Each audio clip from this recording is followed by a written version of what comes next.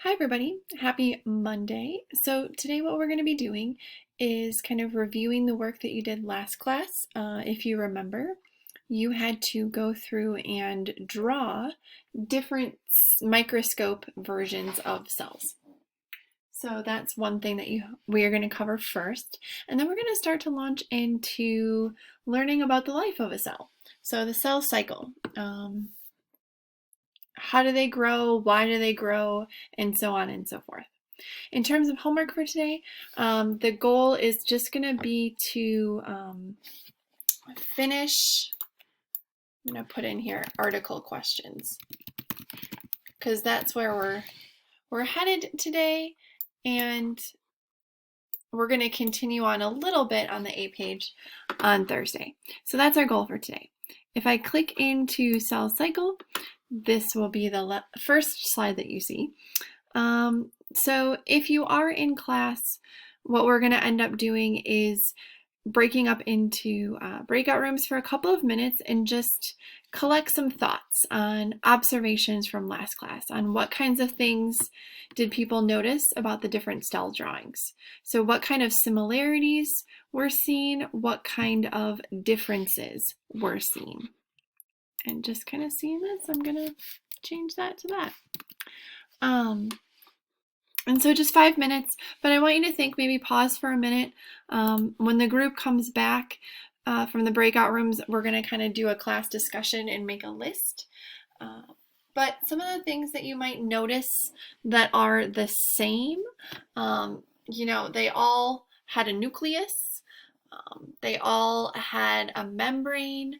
You might have looked at other similarities, like on each one of the slides, all of the cells kind of appeared to look similar, or they were, roughly the same size, things like that. In terms of differences, you might have noticed the plant ones had a cell wall. You can see chloroplasts in the plants that you couldn't see in the animals. Those are some kind of basic ones. But you might have noticed, for example, the nerve cells are very differently shaped from the blood cells or the yeast cells or the onion root tip cells. So those are just some differences. They have very different shapes, but there were some similarities in them as well. And that's what I want to kind of get across at the very beginning of class, before we dive into entry number 9. So Monday's class is really focusing on the idea of why. Why do cells of different types have similarities, and what actually accounts for those differences? So we're going to talk about why cells kind of do what they do this week as a whole in our entry 9. And if we think back to the characteristics of life that we've been learning all year so far, we have talked about, oops, I need to delete this one because we haven't quite talked about it yet. We've talked about obtaining energy through photosynthesis and cellular respiration. We've talked about made of cells. And so today we are going to focus in on the idea of growing and developing, which does stem from the idea of cells because it is our cells that are doing the growing and the developing.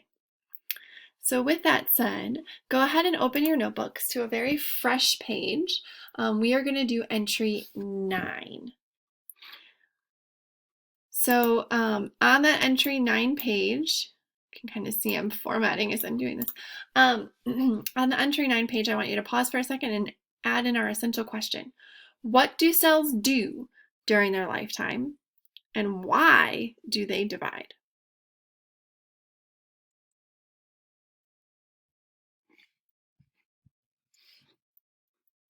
Okay, so you should have that essential question down, and we're going to kind of hit on a class discussion. This whole class today is really more of a discussion than anything else. So if you're missing it, I apologize. But I want you to take a peek at the picture there. There's a couple different things you can see. The dog, the German Shepherd, you can see it changing over time, right? It's growing, right? In the very first photo, the woman is holding a puppy, right? And then it just gets bigger and bigger and bigger. So I want you to realize that it's growing in size, but also notice that that puppy doesn't just look like a really large puppy anymore. It looks like an adult dog. The features are not the same. So it not only got larger in size, but it also looks a little bit different. And you can see kind of over that same period of time, the woman looks pretty much the same. So there are definite differences in development of different organisms. And kind of once we get to our adult form, we look pretty similar most of the time once we've kind of fully grown, so to speak. So we're going to kind of tease out this question and kind of why do we grow and how does that happen?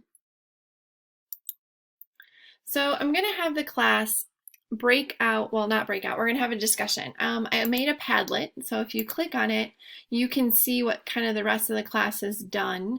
So each of the brainstorming questions you will be able to see, I kind of move my screen a little bit, across the top. So each one of the brainstorming questions, I'm going to have students kind of come here and add their questions. Or not questions, they're responses. And so that way we can kind of have a discussion that's anonymous. Everybody can kind of type something in and we can talk about it. So you, if you're watching this after class, you can click on that and you should be able to still see everybody else's responses to see maybe how they compared to you. So we're going to use that throughout the class period. So the first one, how do organisms grow? Okay. Well, after we talk about it based on what people say in the Padlet, then we're going to shoot over to our notes.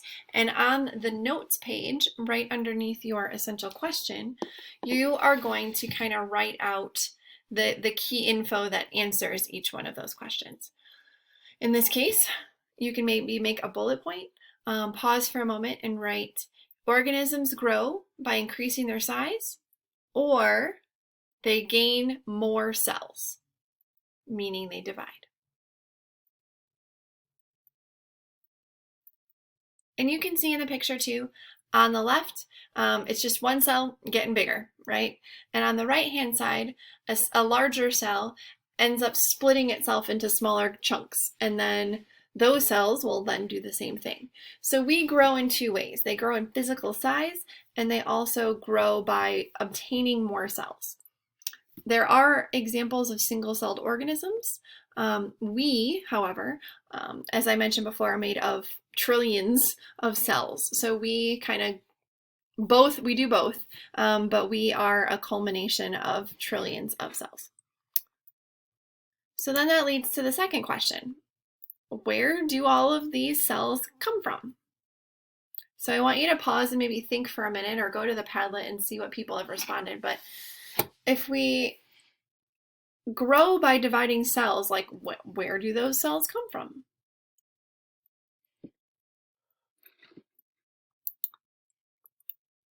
And so again, kind of shooting back to your notebook, all cells come from the division of pre-existing cells.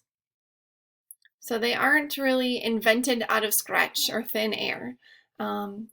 We work with what we got. So they divide based on the cells that you currently have to make more. Kind of acting as a template to then divide and make more, and then those ones will grow up and divide and make more, and so on and so forth.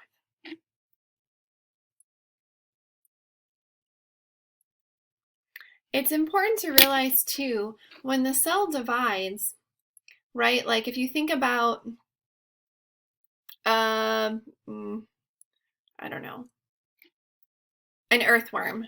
This is a horrible example, but an earthworm, if you've ever gone fishing with an earthworm and hooking them, it's gross and disgusting. Some people love it, but the idea is those big fat worms in the ground, you can actually pull them in half, right? So that would be like dividing a worm. And now you have kind of two worms, so to speak, or two parts. The original worm is not intact anymore. You had one and now you split it in half and now you have two. So that division has yielded two worms and we've kind of lost the parent one. Like it no longer exists. It's gone. We just have the two. So I want you to really understand that when a cell divides, like that parent, the original cell is gone. It has now been chopped into two pieces and split. Or, if you take a Kit Kat and you break it in half, like the original Kit Kat is no longer there. You have two half pieces. So this also leads to another question, though. And good scientists always, ask way more questions after every question gets answered. But where does that first cell come from? If we all come from pre-existing cells, well, then where's like the first one coming from? So think about it for a minute. And hopefully you arrive at the idea that our very first cell is kind of a fertilized egg. And we'll learn more about how all that happens in magic later. But in this example, that's kind of our original cell. It is the original parent cell of all the other cells inside of us. It is a fertilized egg, or a zygote, as it is called. And I did put a little video in to kind of show you what that looks like. One day after fertilization, the embryos are... So you can kind of see, I'll just kind of time lapse it a little bit. You can always go back and watch. It's kind of cool. This is the second day. And so they are time lapsing it like this. They don't just magically divide super, super fast. It's a process. And the video is sped up kind of throughout that day, but I think it's pretty cool because it gives you a visual of what it looks like.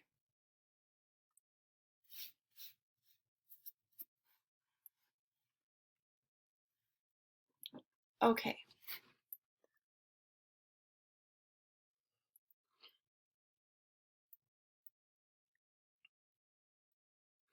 So hopefully you kind of get a picture of how a cell develops, and you can even see kind of the division taking place of what that looks like. So that's kind of crazy. All right. Again, we'll learn more about that later. I just, if we're saying all cells come from pre-existing cells, I wanted you to know what the first one actually was. So then we're going to move on to our next brainstorm question. Why do cells divide? Why? What's the purpose? Why do they need to divide at all? Why can't we just grow and have one giant cell? What's the purpose of dividing? You can go to the Padlet to kind of see what everybody thought, but we kind of arrived on three major points. One we've talked about before, the idea that a giant cell just can't work. We cannot get all of the necessary nutrients where we need in the cell at the speed that we need it in order to keep us alive and do all of the reactions that we need. So we need to have small cells to have that high surface area to volume ratio. We kind of talked about that before. And that really allows for, things coming from outside to make it everywhere they need in the right time. And so pause at any time to kind of write the bullet points down. But the second thing or reason I should say, that cells divide is that damaged cells need to be fixed or replaced. So just kind of in the normal workings of your body, cells get old. And so cells do not live forever. Different cells in your body have different life expectancies, so to speak. So your brain cells live a lot longer than your skin cells or your blood cells. So some of them just get old and you need new ones. Just like your clothes, sometimes they get old and you need new ones. But also they get damaged, right? Like we injure ourselves all the time. So if you think about, falling down and scraping your arm, like that's a lot of damaged skin cells that need to be replaced and repaired. So that's another reason why cells divide. We need more of them to fix us and to replace just the old and busted cells. And finally, unless we get more cells, we're not going to grow. So we just need more of it in order to get larger and grow. And I kind of think of it as like a pile of rice. If you want to get bigger and bigger, you kind of have to like pile on the rice grains, and then it grows and grows and grows because each cell is so small. It's kind of like a singular rice grain or a grain of sand, right? It's only going to grow if you pile more and more and more on, and that's where division comes in. But we also use cell division to reproduce, right? As I said, the very original cell is a fertilized egg. And so we'll talk about where the sperm and the egg comes from and how those are made and how they're different kind of than all the other cells in our body. And we'll talk about that later. But we need those kinds of divisions in order to then, make new life. And in this video, you can kind of see this is an example of cell division in kidney cells. And they've gone in and they've labeled different elements of the cell. So you can kind of see it. The chromosomes or the DNA is in red, and the cytoskeleton elements are in green.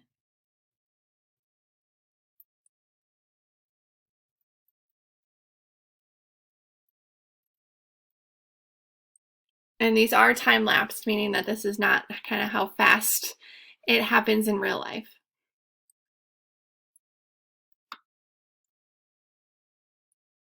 Kind of crazy to see though, right? And fun, because these are actual real-life kidney cells doing their thing. Okay, so I'll kind of pause it there, but you can always go back and watch it later. And then this led to the next question.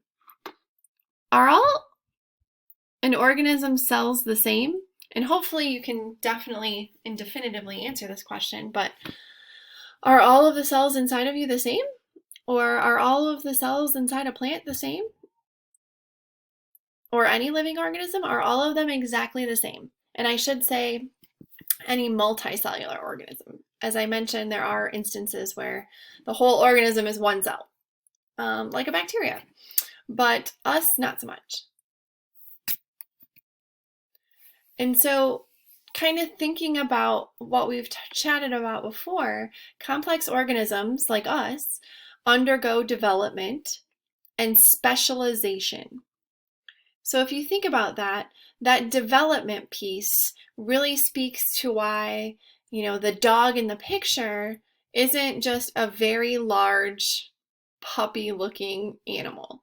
It developed. It had a snout, it got pointy ears, the teeth are sharp and larger, like all of those things, it developed. So it didn't just look like a puppy but bigger, but it actually kind of specialized and looks different.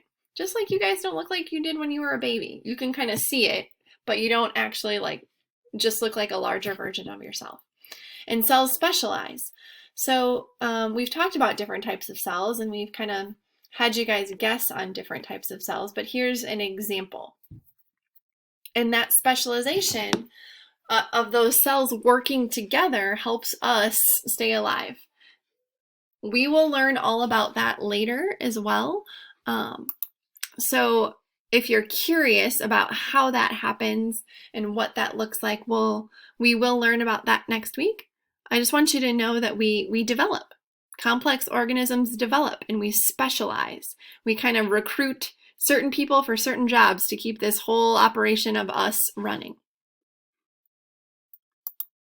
Which leads to the very last question.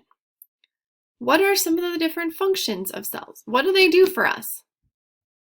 If they're running all the operations to keep us alive, what kinds of things are they doing for us? So I want you to pause and think about it for a minute, or go to the Padlet and see what other people have written.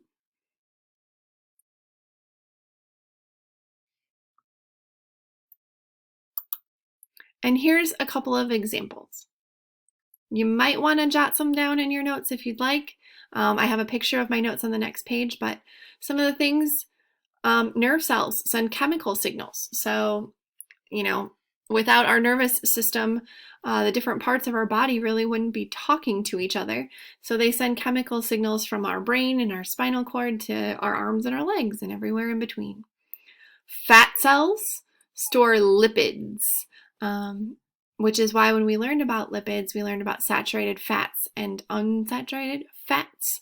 Those are our fat stores. And our blood cells, for example, the red blood cells transport oxygen.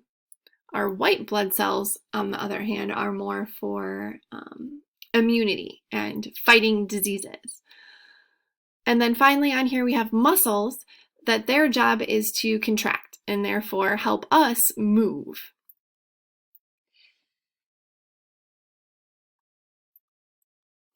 So I just put in a chunk of my notes on what that looks like if you so want to see. I only included half of a page because next class we're actually going to go and do the other half of the page where we actually learn about how cells divide, not just the why. So for now, the last piece is the homework piece, and what you're going to do is read an article called Divide and Conquer. And it's a single page. The link to it is right here up top, so you can just click on it and go to the article, but a screenshot is right here to the right. And so what I'm going to have you do is read through the article. It's a column and a half, and then there's some analysis questions. So if you click on the actual article, you'll be able to see the whole thing much larger and the questions. But I put them again on the next slide. You are going to answer those questions at the top of your 9B page. So at the very top of the 9B page is where you are going to kind of just record those answers. There's 5 questions. I want you to just put it up here at the top. And then on Thursday, we'll be using the rest of the page. Okay, so kind of looking at what we discussed today, we reviewed our observations of our cells last week. We kind of talked about where cells come from and why they divide. And then we talked a little bit about the different jobs that cells can have. Your homework then for today is this article, again called Divide and Conquer. It's going to preview a little bit of what we're going to be doing on Thursday. So it talks a little bit about division, but it also talks about the why. So it's a nice bridge between the two. So your job is to finish the journal article. I'm going to put finish 9B article questions. And then for anyone who's wanting to do test corrections for Unit 1, I want you to know that that's still something you can do. So for anyone who maybe didn't do so well and you want to do corrections, let me know. I can explain that to you and send you the doc that you need to do that. All right, everybody, that's it. Thanks for listening.